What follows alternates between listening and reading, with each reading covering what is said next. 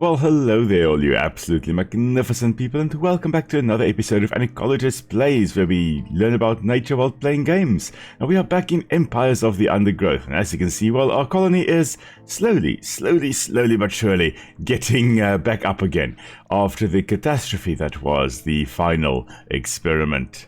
Of course, having completed the battle against the three hybrids, we are now able to play as the Matabele Ants, which is a southern African species, or actually an African species, extending all the way down from West Africa down to northern South Africa. And they would rank as my favorite ants that we have in the game here. Absolutely amazing. So, let's, without any further ado, jump right into triage, which is the first Matabele Ant mission. So it says, the savannah is dangerous at night. These Matabele Ants must ensure their nest is well defended. So, of course, as always, playing it on medium difficulty. And if you have any tips on how to complete these missions, please feel free to pop them down in the comments below or on the Discord channel. Link to that will be in the description. So let's see here. Anesthetist or fast responder? I think I'm going to go with fast responder. Mainly because they've got a chance of evading attacks when out of combat. So when I put them on do not attack, then they can actually escape. They don't, I think that's going to be good with the raiding mechanism that we are going to be using here. So here we go, Matabele Ants. They are massive in size, and this is going to be quite an awesome one to have. Alrighty, here we are. Quite a big colony. Escorted by a small entourage of loyal soldiers, this young queen has set out to establish a new colony on the edge of the savannah. These are Megaponera analis, the Matabele Ants. They are large, fierce, and specialize in raiding termite nests. They are termitophages, meaning termite eating. They specialize in eating termites. So no real other food will give them anything of value. So here we go. First things we're going to just get rid of 2 earwigs. Have uncovered a common earwig, Forficula auricularia, nesting in the soil. It will protect its young vigorously. Yes. These earwigs here, they are the common European earwigs. However, they don't actually occur in the area where the Matabele Ants occur. They are not found in this area. There are some other earwigs that are in the area, and it is quite possible that there would rather be those species, but it definitely would be earwigs. Now, we have got earwigs even here in southern South Africa, but they are not the European earwig. The European earwig is indigenous to Europe and in Asia as well, but it has been introduced into the Americas. Both North and South America have got the European earwig. So it is possible, and I think that was the reasoning behind it, that it is possible that these insects could make their way into the area where the Matabele Ants are. They're generally found in more temperate areas though, so the hot and humid tropics where we have got the Matabele Ants would not be the best place for them. They wouldn't do extremely well in essence. And the reason why they're called earwigs, people always say, oh, they crawl into your ears. That's not why they are called earwigs. They have got little wings over here. Now the wings of earwigs are actually folded up, like we can see here. They can't fly with these stubby wings. Instead, to fly, they unfurl their wings and they form two massive ear-like structures on the sides of their body. And that is why they are called earwigs, because the wings, when they unfurl, resemble the human ear, which I think is just absolutely fascinating. So it's quite cool though that they have managed to find a way to fold up their wings so that they can very easily unfurl it to then be able to fly. So I never knew as a kid that they could actually fly, but yeah, earwigs can fly. They have got functional wings. It's just folded up into these teeny weeny little tiny packages. Alrighty, let's carry on, shall we? Yeah, I think let's actually start by getting these things excavated and getting a food storage chamber ready, because our food storage is full as well. Now, being ants, we are going to have a proper food storage again. I know it's not necessarily the best strategy to do, to put down a whole bunch of food storage, but I like to be prepared for the lean times. Yeah, I think that is going to be enough for now. There we go, some termites. Alright, so there we go. We have got... we've got an opening into the outside world as well. Okay, you know what? I think we are going to also just excavate this. May be predators, but they are very picky about their prey. The other creatures nearby are insignificant compared to the vast and replenishable bounty locked within the local termite mounds. Raids are conducted at dusk and dawn, and the night is almost over. It is time. Alright, so now that we've got a bunch of food ready, let's actually start heading out, I think. Although first we are going to start putting down some medics. Well, one medic. Wow. Okay, one medic we can put down. There is also some food I can actually get down here, which is what I'm going to do. And then we're going to go on a nice, proper Matabele raid. There are 3 Macrotermes bellicosus termite nests in the vicinity. The Matabele must choose a target quickly and move with purpose. In most ant colonies, injured soldiers are left to die on the battlefield, but the Matabele do not forsake their sisters so easily. Ants wounded in battle and unable to walk release pheromones calling their comrades for help. If unburdened raiders are available, the casualties are carried home and nursed back to health. That is absolutely amazing. So one of the very few species that actually do tend to show some care for other individuals in the colony. Now we do have to just be careful, there is a tiger beetle there, and I'm not particularly fond of the tiger beetles. They can decimate our lines quite badly. A few moments later. A tiger beetle, Dromacrida elegantia, of course, has spotted the ants. This exuberant red hunter possesses all the usual traits.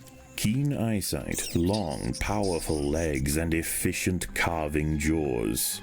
Okay, but guys, we're not going to get distracted now. Come on, not by that. I mean, that's nothing, no food there. Almost no food. However, you can see here, our ants are injured.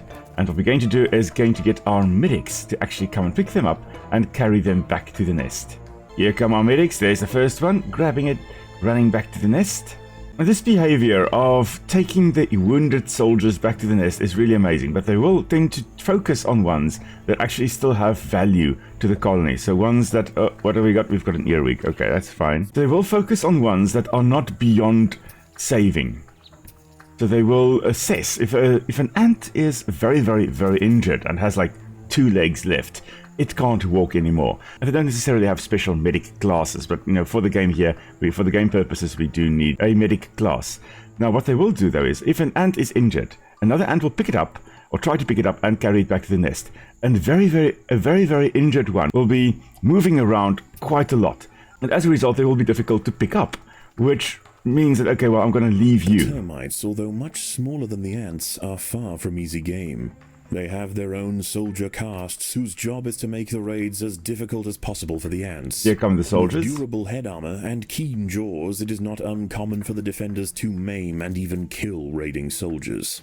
As soon as the Matabele have enough food, they should leave without delay. Alright, so I'm going to now move on to the second colony. As I was saying, they will pick up injured soldiers, and if an ant is not too injured, it won't be moving around so much and will be easier to pick up. And as a result, they go, okay, well, this is a good one. I can pick this one up quite nicely. They carry it back to the nest. So it's based on the degree to which they move around. That is going to determine whether they are picked up and basically saved, carried back to the nest. Okay, I think the soldiers are going to start popping up soon. Yeah, okay, everybody, back to the nest. Come on, back to the nest. Come on, grab it and run.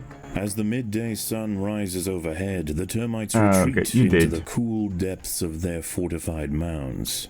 Raiding at this time would be troublesome, and there would usually be little reason for the Matabele to leave their nest. However, West African rainbow lizards, Agama africana, have come to bask in the clearing. If too many are allowed to gather, the evening raids may be disrupted. Okay, so it gives us a purpose to actually come out in the middle of the day. And yes, Matabele ants will be doing most of their raiding in the mornings. They won't be doing it in the middle of the day because there's no point. You are doing your raid when your prey is not active. Okay, lots of food, I guess, up there. I think that will be a termite king and queen. Yes, so there is a king and there is a potential queen as well. The king is dead. Long live the queen. I mean, she is also dead. Alright, so that's a lot of food for us right there. And that means I think we can actually start making another soldier chamber. And we can also fill this one like that. So as you can see, there really is very little food down in the tunnels here. We must, in order to actually survive, we must do the raiding. We must raid all the termite colonies in the area. And that is what we are going to do. As dusk begins to it is set time. in and the dusty earth cools, the termites march out of their mounds to collect dead wood and leaves. Time for the Matabele to replenish their larders. You know what, let's raid this one at the top here. We have got the rainbow lizard, the Agama, right over here. So we are going to, I guess, get rid of this one, hopefully immediately or as soon as possible. The rainbow lizards are immense and more than capable of dealing with a few ants. The Matabele There we go. colony Run will need to make away. a significant show of force and target the lizards one at a time to stand any chance of driving them away. So here we go, the termites are moving downhill here. They're collecting some dead plant matter and they're taking it to the nest to then of course feed the fungus. Now normally the termites would actually not be running around on top of the land like this. They would have tunnels going down to their feeding sites and then they aren't exposed to the sunlight like they are here. We just have to keep an eye on the termites, whether the soldiers are coming out. Don't see anything yet, so we can raid and destroy a bunch of termites here. I think the soldiers are on their way. Grab food and run, guys. Grab food and run. Oh, of course, they're just attacking still a little bit more. Just a little bit more. Oh, that one I think is going to die. Yeah, that one is screwed. So we've got major soldiers coming. Ooh, he managed to run. He's making a run for it. Right. Unfortunately, we are losing a bit there. But you see, the termites do respond very quickly. They do bring their soldiers to the fore as well. Okay, let's get rid of this Agama over here.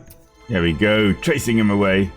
And now, of course, we are going to come back to this colony over here. We're going to raid it as well. As night draws in, nocturnal scrubland specialists emerge from their hiding places to hunt. For the colony, the benefits of facing down these beasts are far outweighed by the cost in soldier casualties.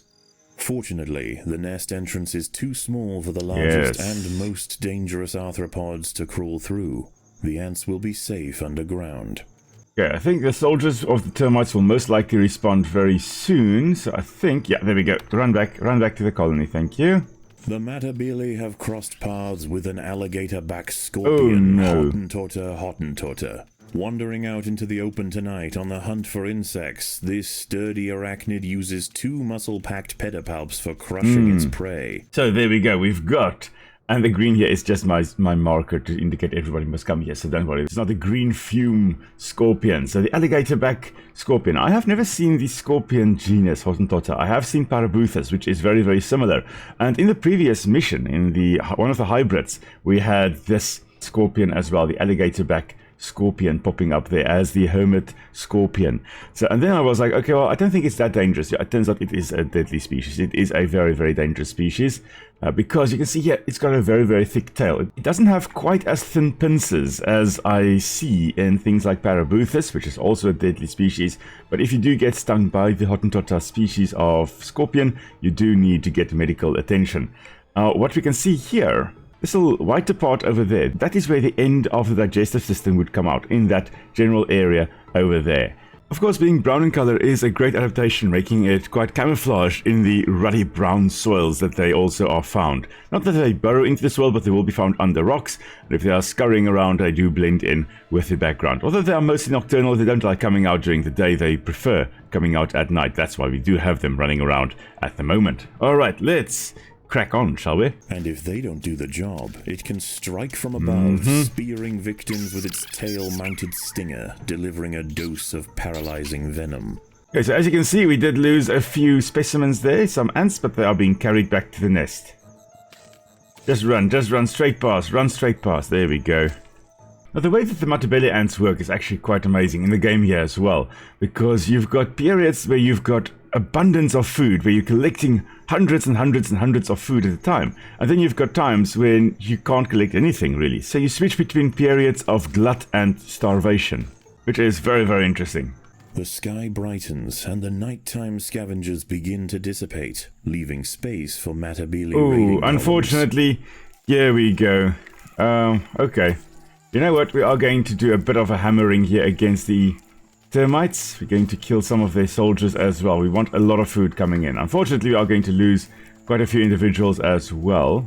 Oh, we even had tiger beetles also running around here. Oh my word. The Matabele should be careful not to overpillage any Sure, round. that was a If massacre. the termites are too weakened, they will not recover their numbers in time for the next raid. So that is a very, very important point. These ants do not want to over-raid. They just want to get enough food so they can carry on with their lives. Now we've got to wait for these soldiers to move away from this area so that we can come and rescue our injured soldiers here. And also so that we can grab all the food that is lying here, all the termites we have killed. But I guess while we are doing that, we can also grab some other termites. Because we do only have a very, very small raiding window, we've got to make use of it now. So normally what would happen though is that the Matabele ants would actually send out scouts from their nest, and the scouts would go in all different directions looking for the feeding tunnels of the termites. So as I've mentioned earlier, the termites won't be running around on land like this. Instead, they would have little tunnels leading underground. And unfortunately, all these termites are now sinking. They're decomposing. They're sinking into the ground. But yeah, they wouldn't have these above ground trails like ants would have. Instead, they've got tunnels. And that is what they actually would be using to go to the place where they would be feeding. And the Matabele ants are looking for those feeding tunnels. They're looking for the spots where they come out and feed on the vegetation. And if they have located them, the scouts will go back to the colony, and from there a whole raiding column will leave the nest. And like we have here, will then go and basically pillage and take as many of those termites as they can grab. Alright guys, we are coming in, trying to grab as much food as possible. In the meantime, we're also going to have our Matabele ant medics here trying to rescue them. The temperature outside is rising, and the termites retreat inside to escape desiccation. Unfortunately, here come the soldiers again. Okay, I think that was a relatively successful raid. We managed to grab a bunch of food, we managed to save a bunch of soldiers.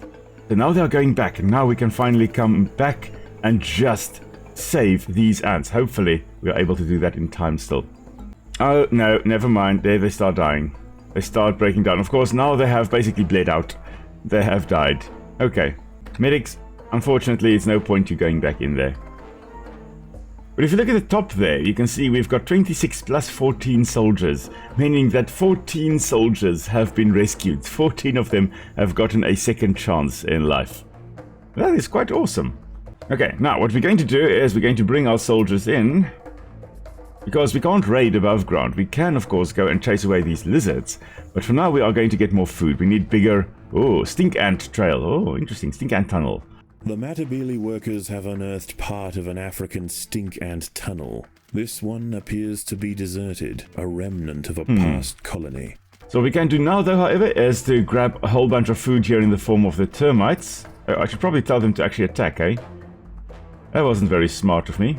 And the idea is now that we are able to increase our numbers. By doing this, we're getting more food. We are able to then, of course, get a whole bunch more soldiers so that we can do better raids. Starting out is always difficult. Whether you are looking at real life or whether you're looking at this game here, it is the start that is always most challenging. And there's the greatest chance of you failing at the start of your colony's life. There we go. The termites will soon venture out once again to forage. For the hungry Matabele ants, now is the time to strike. Okay, so that is what we are going to be doing. We are going to go do a proper raid again in a moment. We're just putting down some more soldiers so we can get more food during the raid. So Megaponera, mega of course means massive. Ponera refers to the Ponerine ants, or the genus of Ponera. They're like massive Ponera ants. And then Analis refers to, well, anus-like, because when threatened, when they feel threatened at least, they will secrete a very, very foul-smelling substance from their backside. So hence, Analis. Let's go raid this eastern termite mound once more. You know what? This rainbow lizard, this agama, is going to give us headaches. I love the agamas. Agamas are awesome. I absolutely adore agamas, and I've seen quite a few different species. You can see some there on the photos there. There we go. Chased it away. Great stuff. And it's dead. Okay, we're not going to grab it for food because that is just pointless. Wasting so much energy for 8 food. Let's go over here now. Ah, medics. There's one dead one. Come and rescue him, please. And another tiger beetle as well. If we don't get rid of these things now, they are going to make it more difficult for us to actually take our food back to the colony. There we go. Quite a few workers that are coming past here now. That is great. That is absolutely marvelous. Now we are going to just before the soldiers come out, we are going to just head back to the colony once more. Okay, here come the soldiers. Everybody run back to the nest. We don't want to confront them and lose our ants unnecessarily. We've got a lot of food in that raid. That was marvelous, and we didn't even lose a single ant. The idea is that you want to hit them and run. And I've seen that strategy used by ants when they're hunting termites as well. The ants weren't much bigger than the termites, the species that I observed here in the southern part of South Africa, but they would run around on the nest. See, in small numbers, 1 or 2 or 3 of them would actually run around the termite nest, and they were waiting for the termites to be busy with their nest. So after rain, when they were actually putting new mud down on the outside of their nest, they were waiting for that to happen.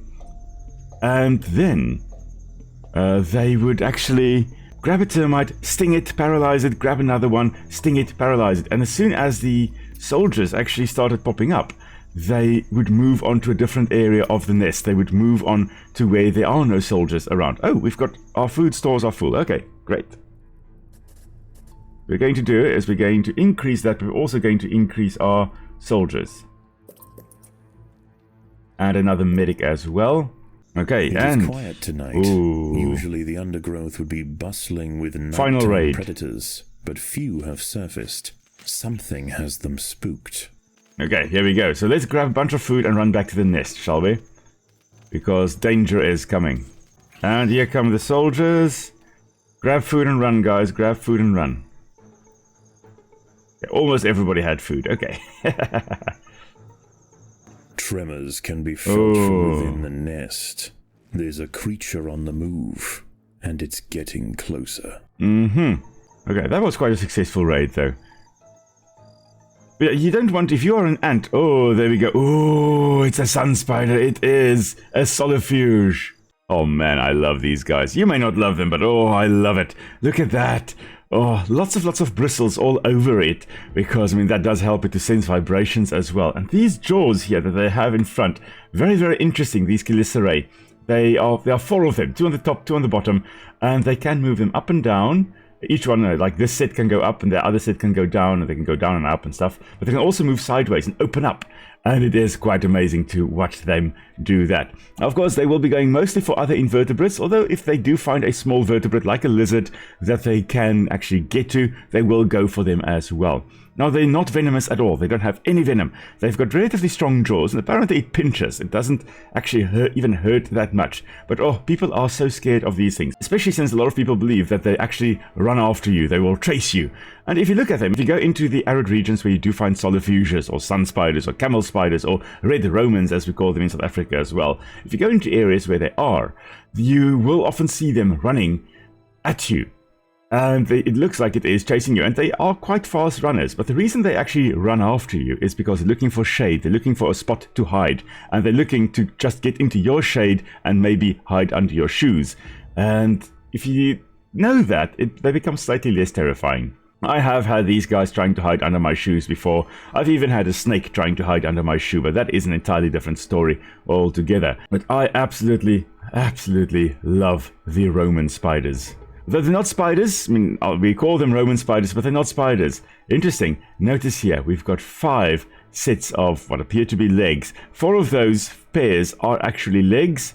This is not a pair of legs. These leg-like structures that we see in front are in fact the pedipalps of the Solifuge, of this sun spider or camel spider. In Afrikaans, we also call them baardskeerders, which means beard shavers. Not that they will go and shave your beard. We also in South Africa call them haarskeerders, which means hair shavers. They won't do that. They kind of look like one of those beard trimmers that you can get, but they definitely don't do that. And the name of this group, the Solifuges, Solifuge actually means the one that hides from the sun. And that's exactly what they're trying to do when they are running at you. They're trying to find a place to hide from the sun. Rarely will they be out in the open in the sun. They will be scurrying around. The ones that are diurnal or active during the day will be scurrying around, running between bushes very quickly, trying to cover the ground between 2 different bushes. Because in the open, they are vulnerable. They don't have venom to protect themselves. They've got a fearsome look, and they may have a bit of a bite, but they've got no venom to protect themselves. So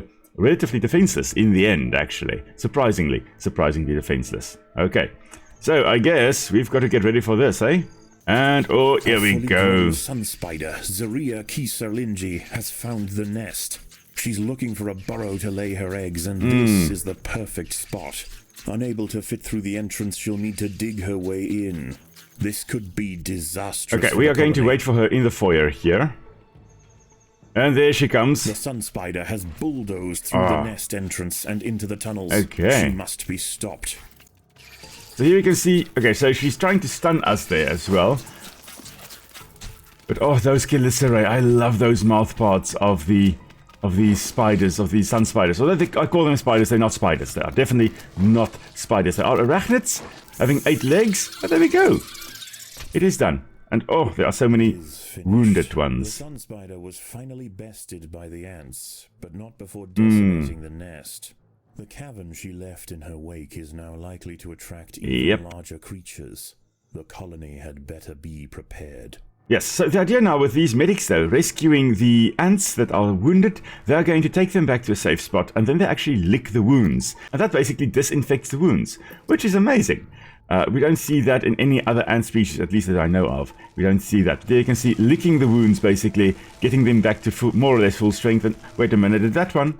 No, it has got 6 legs. Okay, I was like, did that one now have 1 fewer legs? No, they have one. They have all the legs still. But technically the wounded ones would have like 5 legs or 4 legs.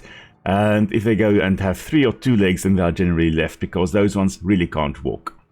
Okay, and as a species, you've got to decide, is it worth it rescuing the ones that really are not going to contribute to the colony anymore? The ones that are wounded but not dead and not beyond saving, they at least have some use in the colony still. They are able to still gather food and do their thing. Okay, so there are lots of soldiers everywhere except at this colony over here. And, well, that is unfortunately where we are ending today's episode, everybody. So I hope you had a fun time here with me and all the wonderful, wonderful ants, the Matabele ants that we have encountered. If you've got any tips for how to complete the Drive Them Back mission, please do drop it down in the comments below, since that is a mission I have not got a lot of experience with. And any help will be greatly appreciated. And, of course, if you've got any questions, also feel free to pop that down in the comments below. Nick and I will be back on Sunday with another Enshrouded live stream. We're going to continue with our adventure in the land that is experiencing a fungal shroud invasion. So join us for a nice relaxing time then. And then of course next week I'll be back to continue and wrap up the battle with the other 2 big creatures we encounter in the mission with the Matabele ants. So until next time everybody, stay safe. I'll see you all soon. Bye.